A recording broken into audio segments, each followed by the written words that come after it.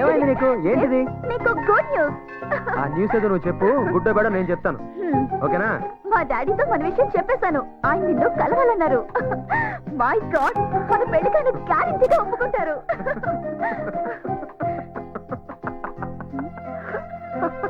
ఎందుకు నవ్వుతున్నావు? మీ నాన్న నన్ను అల్లుడిగా ఒప్పుకుంటాడా? ఇంపాసిబుల్, ఛాన్సే లేదు. నువ్వు అసలు పాజిటివ్ గా ఆలోచించవా? లైఫే నెగిటివ్, అందులో ఇంకా పాజిటివ్ ఏంటి?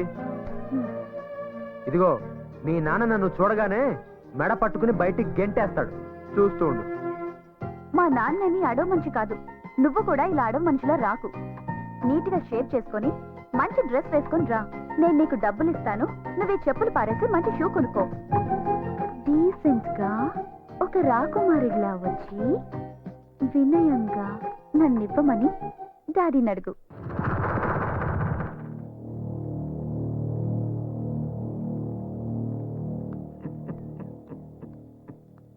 Daddy, he's Dev. Hello sir.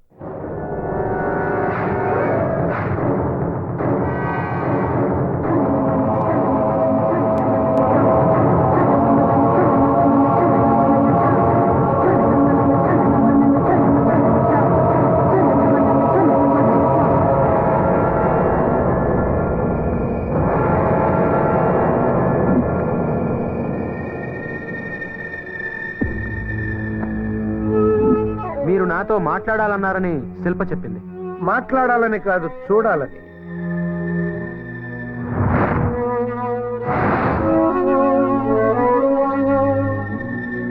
ఏంటి చూస్తున్నారు? ఈ చెప్పునా? నాదే, చాలా పాతది.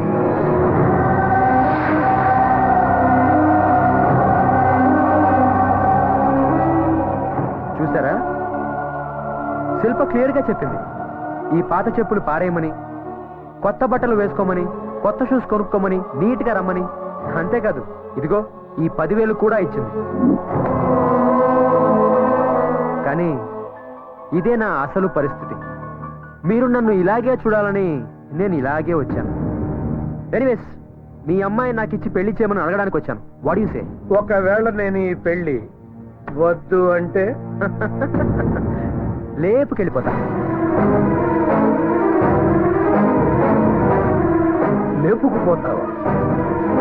ఈ క్యారెక్టర్ నీకు నచ్చిందా? ఇది చూసి నిన్ను వాడి చేతిలో పెట్టమంటావా? సార్, శిల్ప తన చేతిని నా చేతిలో ఎప్పుడో పెట్టేసింది. నీ మనసుతో మనసు కలిపిందేమో కానీ చేతిలో చెయ్యి పెట్టాలి అంటే అది పాణిగ్రహణం. దానికి మా దంపతుల అంగీకారం కావాలి. మీరు కాళ్ళు కడిగి కన్యాదానం చేయండి. నీ కాళ్ళ? Of course.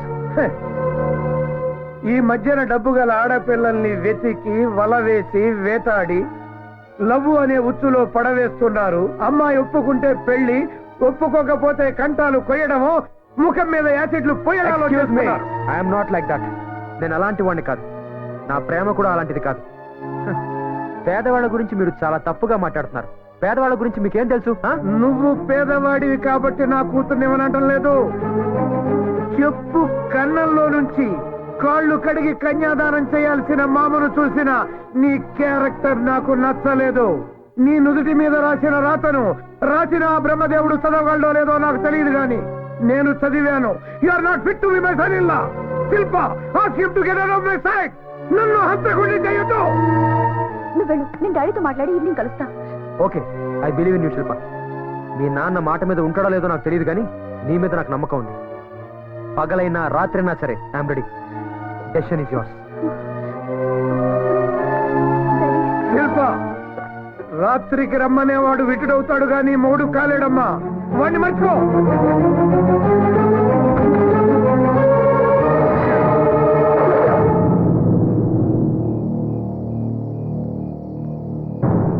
కంగారు పడకమ్మా. ఇది నీకోసం కాదు, నిన్ను సరిగ్గా పెంచని మా ఇద్దరి కోసం. నీకు 2 ఆప్షన్స్ ఇస్తున్నా. ఒకటి, నువ్వు మా ఇద్దరిని చంపేసి వెళ్ళిపోవడం. భయపడొద్దు, మేము ఆత్మహత్య చేసుకుంటున్నామన్న లెటర్ నా జేబులో ఉంది. నువ్వు ప్రశాంతంగా బతకొచ్చు. 2వ ఆప్షన్, నిన్ను సరిగ్గా పెంచనందుకు మీ అమ్మను నేను చంపేసి ఉరికమ్మం ఎక్కడి. ఏది బెటర్ ఆప్షన్ నువ్వే తెలుసుకో. నువ్వు పుట్టినప్పుడు మీ అమ్మకు ఆరోగ్యం చెడిపోయింది, ఇక పిల్లల్ని కనకూడదు అన్నారు. కొడుకును కనాలని మీ అమ్మకు ఆశ. కొడుకు పంచే ప్రేమను కూతురు పంచుతుంది అని చెప్పారు. కూతురు ఇంటి పేరు మారుతుంది గాని మనసు మారదు అన్నారు. A son is a son till his marriage, a daughter is a daughter life long అని కూడా చెప్పారు. కానీ అది అబద్ధమని ఇవాళ నువ్వు నిరూపిస్తున్నావు. 20 ఏళ్లుగా పెంచిన మా ప్రేమ కన్నా నీ ప్రేమే గొప్పదని నువ్వు భావిస్తే వెళ్ళిపోమ్మా. ఈ గన్ తీసుకుని మమ్మల్ని కాల్చి చంపేసి ఫస్ట్ ఆప్షన్కి వెళ్ళిపో. Daddy I'm sorry daddy. నా పెళ్లి మీ చావు కారణం అవుతుందంటే అది నాకు అక్కర్లేదు. మీరు మాట్లాడిన సంబంధమే ఒప్పుకుంటాను. డాడీ దేవ్కి నేను వస్తానని మాటిచ్చాను. వెళ్ళి సారీ చెప్పొస్తాను డాడీ. వెళ్ళమ్మా. అయ్యో అది వెళ్తే మళ్ళీ తిరిగి రాదండి. మన శవాల్ని చూడటానికైనా రావాలి కదా. డాడీ నేను తప్పకుండా వస్తాను. వెళ్ళనివ్వండి డాడీ. వెళ్ళమ్మా. వస్తానమ్మా.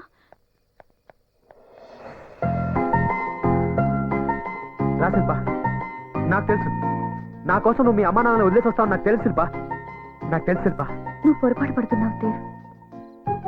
అమ్మా నాన్నల్ని వదిలేసి రాలేదు, నిన్ను వదిలేస్తున్నానని చెప్పడానికి వచ్చాను. అంటే మన ప్రేమ నిజం కాదా? అరే మనం చేసుకున్న ప్రామిస్లు నిజం కాదా? చెప్పు శిల్ప. దేవ్ నువ్వు మాట్లాడిందంతా నిజమే, కానీ నువ్వు నా జీవితంలోకి రాకముందే నా తల్లిదండ్రులు నా జీవితంలో ఉన్నారు. నీకిచ్చిన ప్రామిస్ ని తప్పుతున్నాను దేవ్. అంటే మీ అమ్మా నాన్నల్ని అడిగే నన్ను ప్రేమించావా?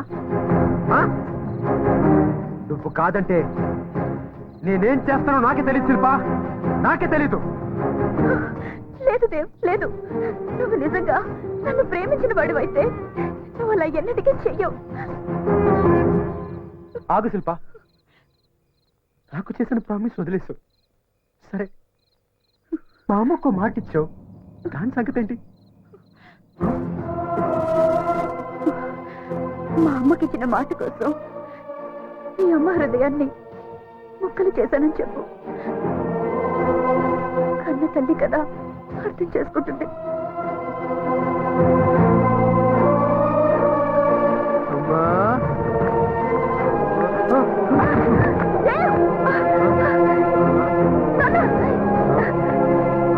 ఏమైంది నాన్న?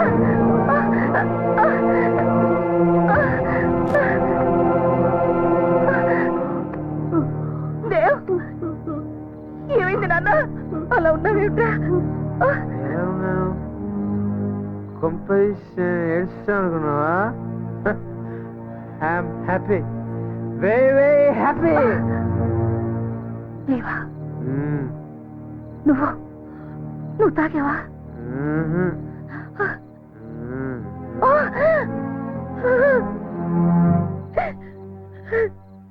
ఎందుకురా? ఎందుకు? ధైర్యంమ్మా, తాగకూడదు తెలుసు కానీ తాగనిపించిందమ్మా.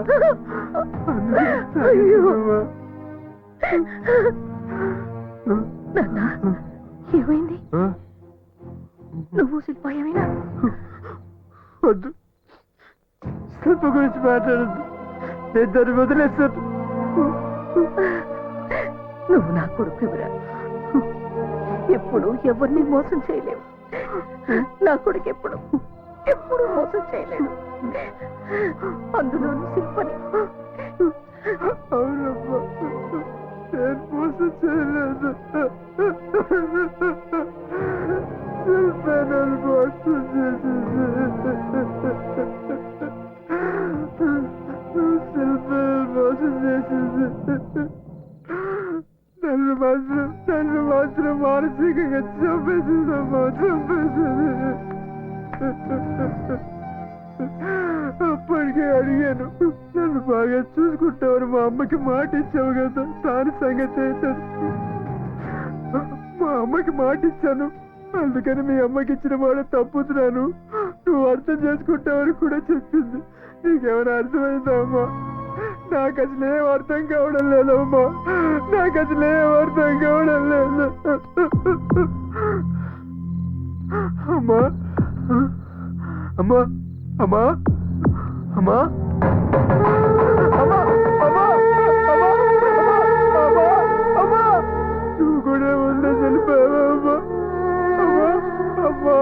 కూడా నాకు ఇంకా ఉన్నారమ్మా. అమ్మా, అమ్మా, అమ్మా.